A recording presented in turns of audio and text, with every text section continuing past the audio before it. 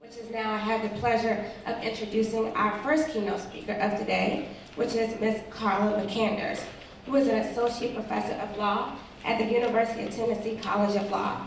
And currently she's also a visiting professor of law at the Howard University School of Law. So Ms. McKanders, as I just mentioned, is a visiting professor of law at Howard University. She's actually a tenured professor at the University of Tennessee College of Law, and she has been there since 2008. Prior to teaching at the University of Tennessee, she was a clinical teaching fellow at Villanova University School of Law and a law clerk for the Honorable Damon Keith with the U.S. Federal Sixth Circuit Court of Appeals. From 2003 to 2005, she was an associate with Miller, Canfield, Paddock, and Stone in their labor and employment practice group. It is my pleasure to introduce Karla McKanders as our featured keynote speaker.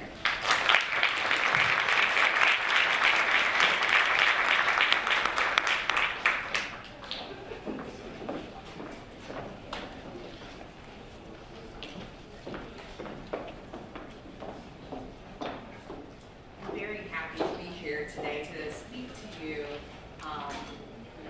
as an audience of future lawyers, and especially in light of the current events that are going on in our country right now. As future lawyers, you will be able to impact law in different ways in our society.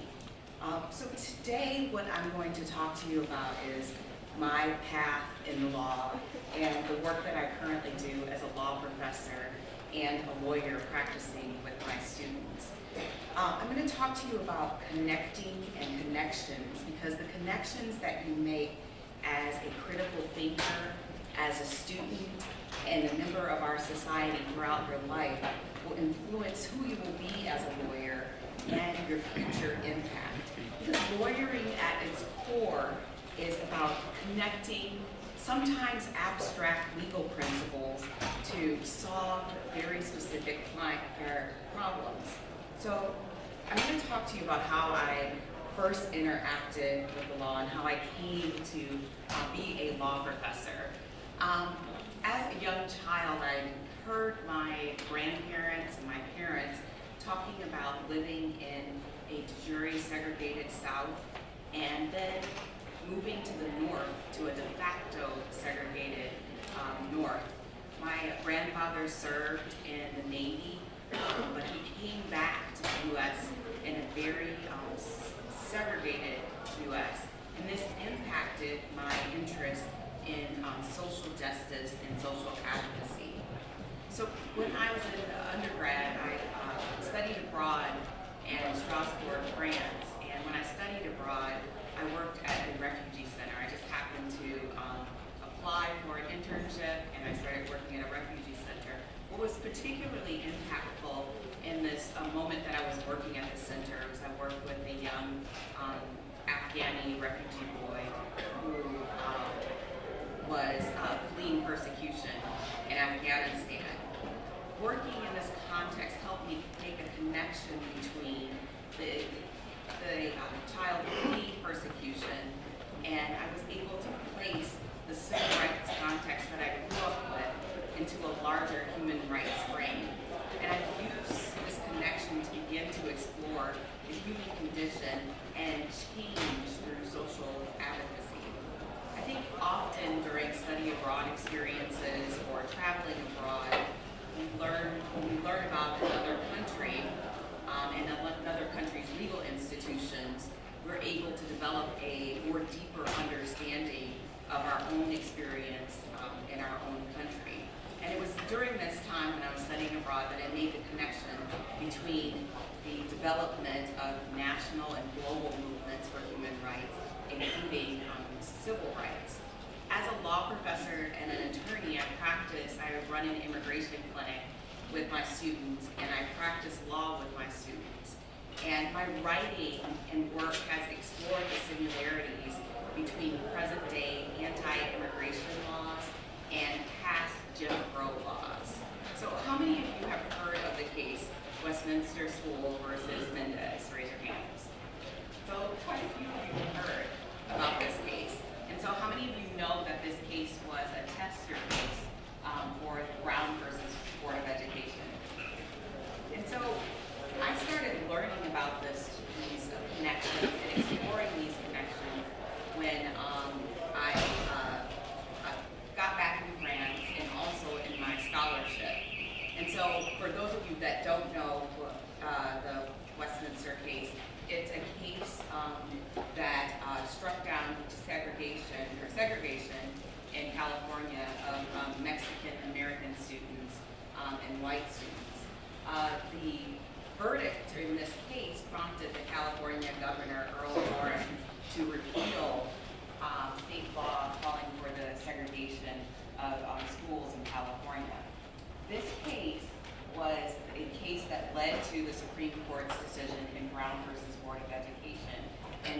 ultimately declared separate schools are inherently unequal.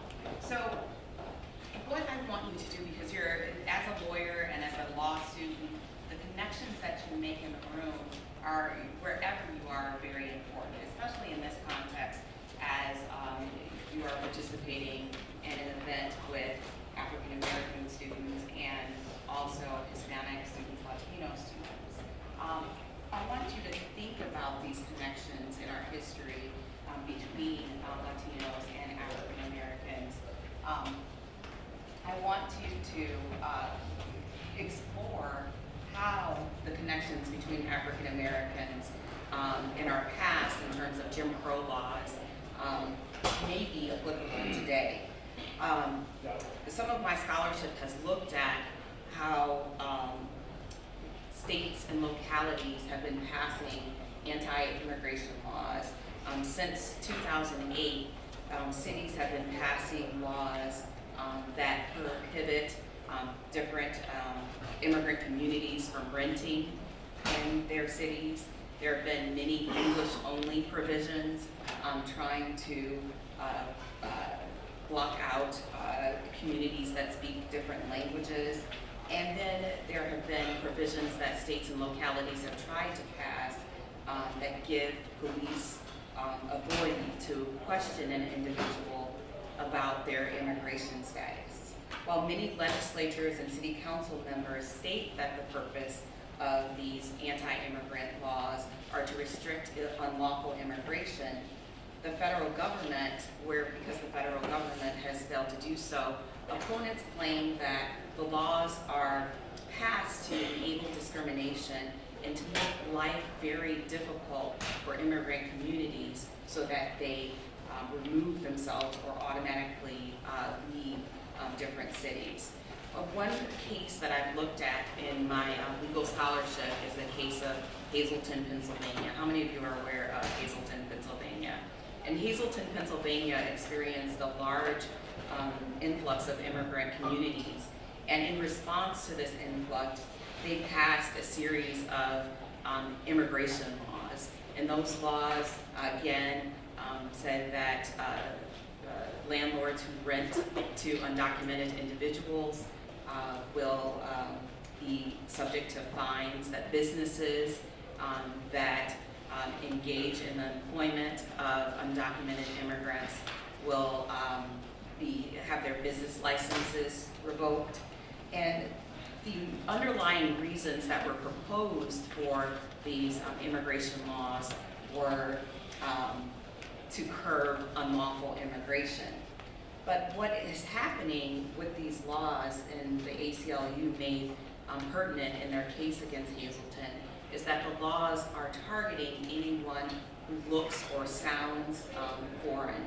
And you know that you cannot automatically walk up to someone and tell that what their immigration status is.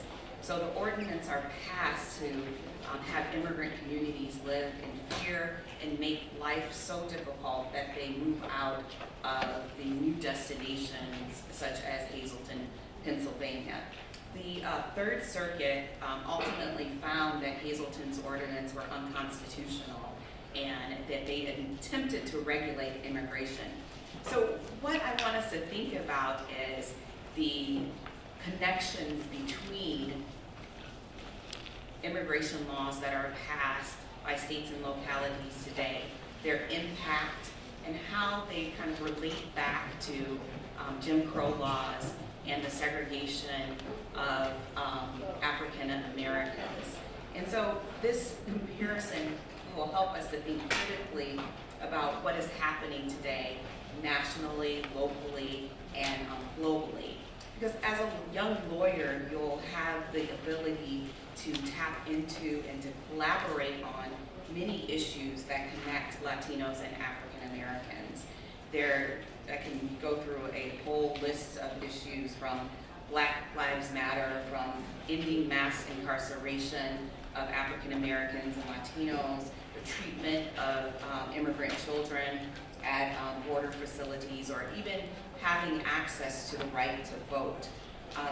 as a future lawyer, you'll be able to utilize the justice system to reform and change American society. So I know that a lot of the younger generation is often criticized for being armchair activists or tweeting and posting without real engagement. But I know this is not true from my work with many engaged law students that work in my clinic and that I talk to on a daily basis. So I want to challenge you today to begin to think of ways in which you can connect with other individuals in this room and in each moment as you begin your journey to become lawyers. I would like to end with a quote from Martin Luther King that just kind of encapsulates how we're all connected and how we need to look at history and see how history informs what is going on today.